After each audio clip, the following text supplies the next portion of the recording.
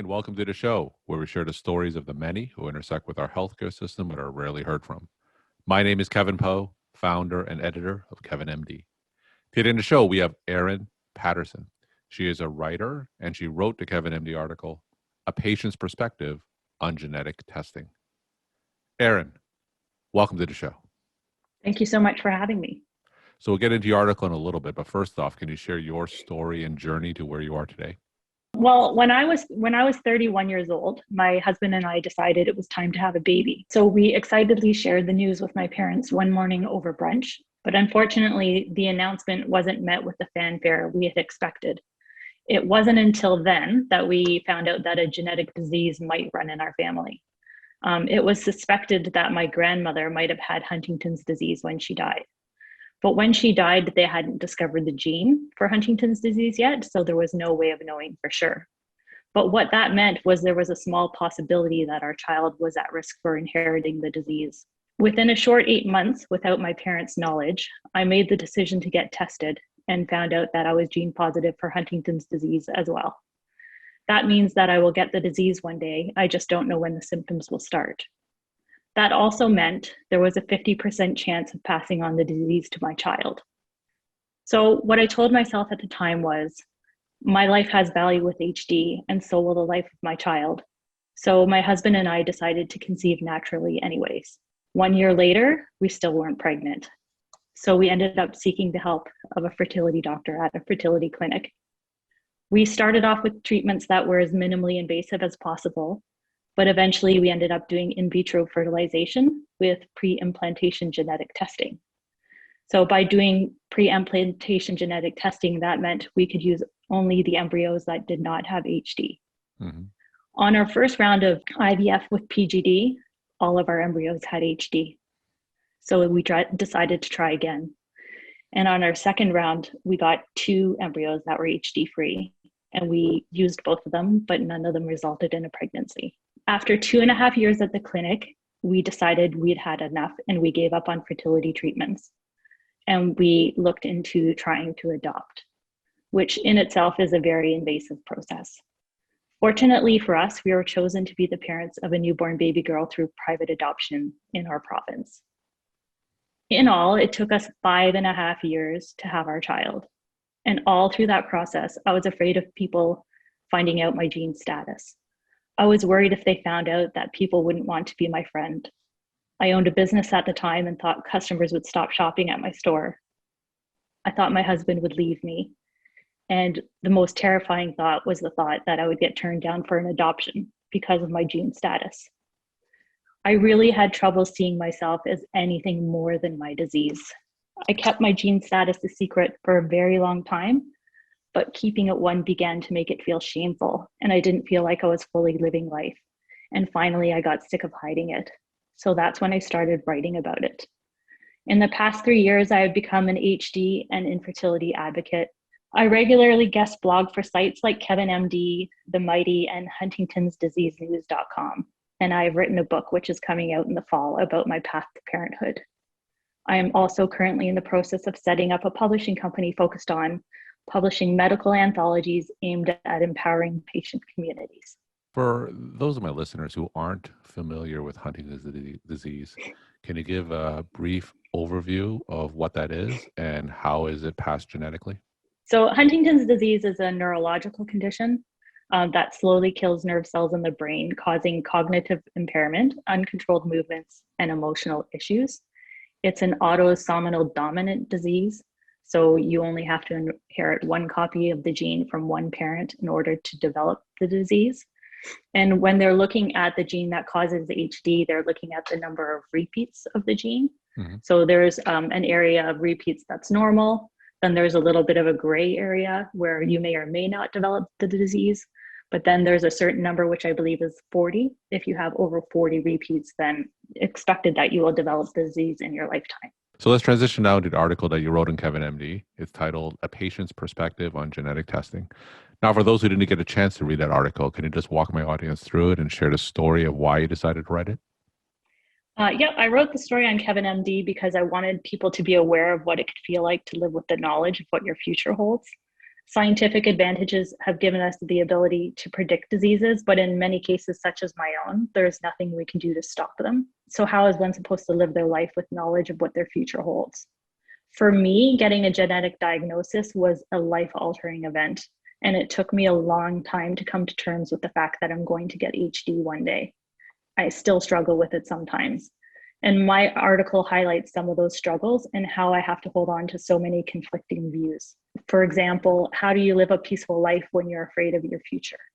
So I try to look at my future as something to contend with, and I have to trust that people will be there for me in my time of need. But then other days, the shaking hand of a lady at the grocery store will set me off and bump me back into a depression. Another example is, how do I have a relationship with my father? He currently has Huntington's disease. He's 77 years old and he's doing really well. But at the same time, when I see it's hard for him to perform simple tasks, it makes me think of my own future, and it makes interacting with him difficult. And finally, how can we have hope for a cure while still remaining realistic about the impacts the disease will have on me and my family, and plan accordingly? So tell me some of the things that you did to reconcile some of these difficult feelings. I read a lot of books, and I would read any book having to do with the brain, not specifically about Huntington's disease, because just reading about the brain was a big step for me in coming to acceptance. I look to Michael J. Fox a lot for inspiration, because he's living an optimistic life with Parkinson's disease, and read all of his books. And I went through tons and tons of therapy. And anytime a fear came up, I would stop and think, why am I afraid of that? And what can I do to fix that fear? And is that fear really true? Or is it just what I'm thinking is going to happen? And I would really sit down and analyze all of those thoughts and try and come up with alternative viewpoints for it. Tell me some of the misconceptions that are out there surrounding Huntington's disease. I think the one thing that people don't think about is how Huntington's disease has a generational effect in families. So my dad currently has Huntington's disease.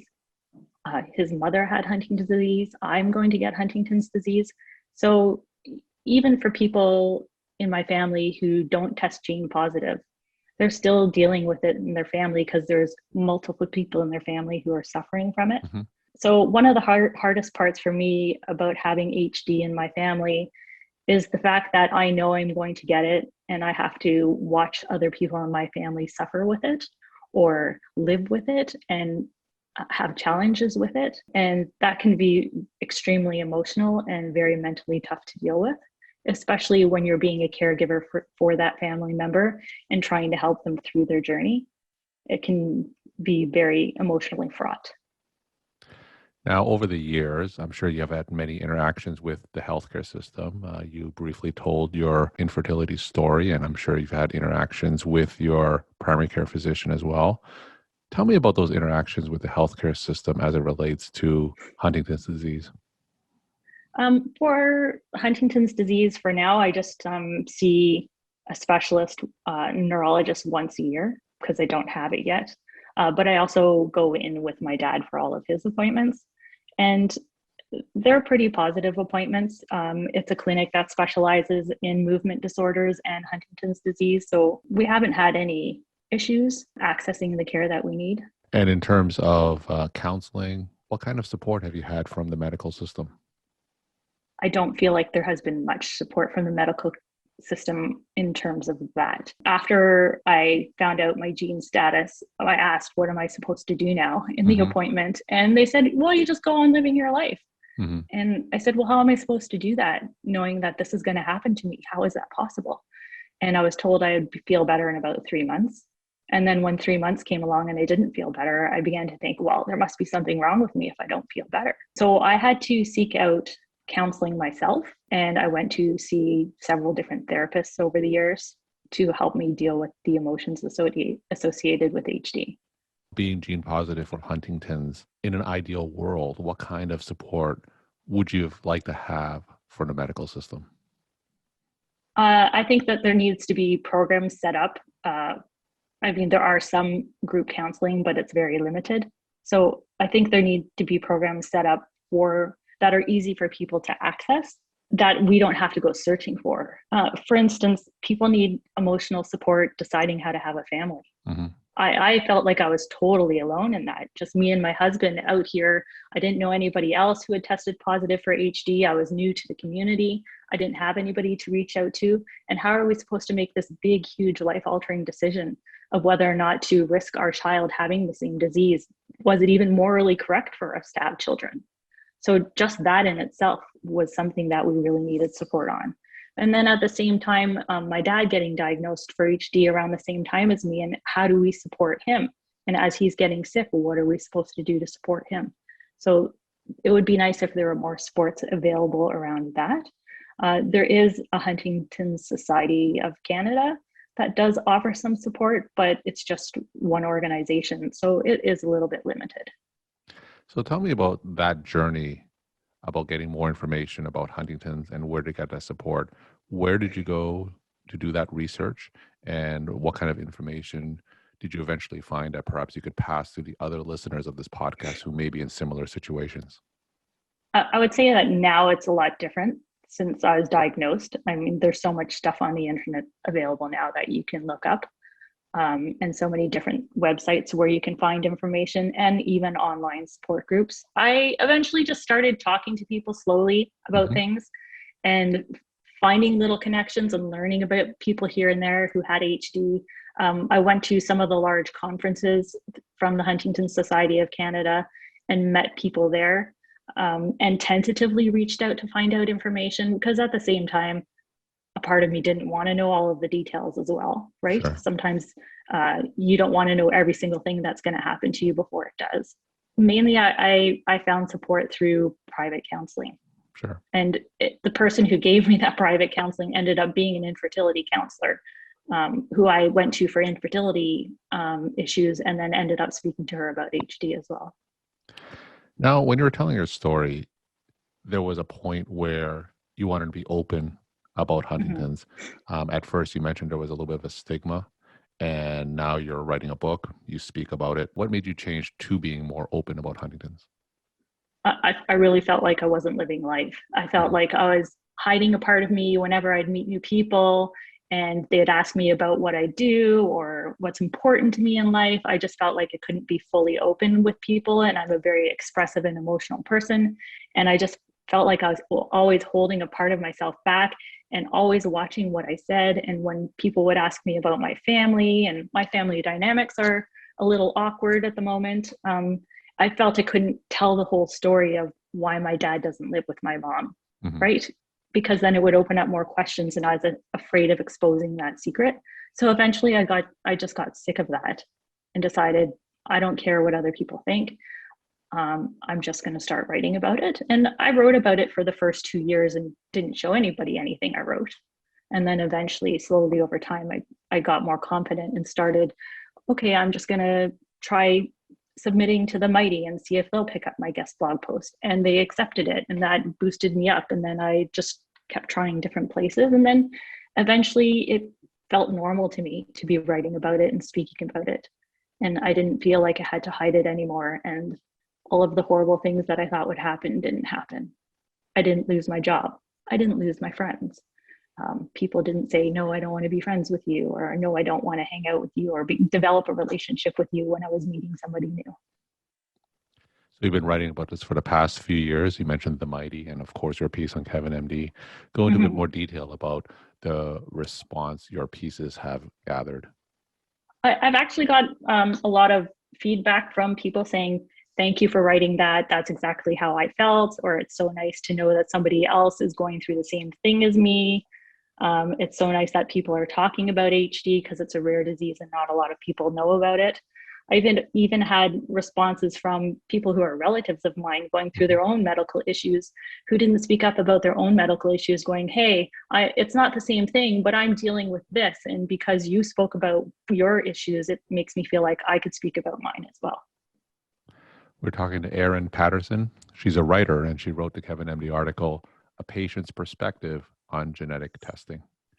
Erin, knowing what you know now, is there anything that you wish you knew back before you started this journey? Is there anything that you wish you would have done differently? I guess I wish I wouldn't have been so afraid of other people's reactions. I just kept everything a secret because ultimately what I was afraid of was that everybody would reject me and I'd end up unloved and alone. And I guess I wish I had more faith in people at the Hmm. time and trusted them to tell them my secret. And for others in similar situation to yours, what's some pieces of advice that you could share with them?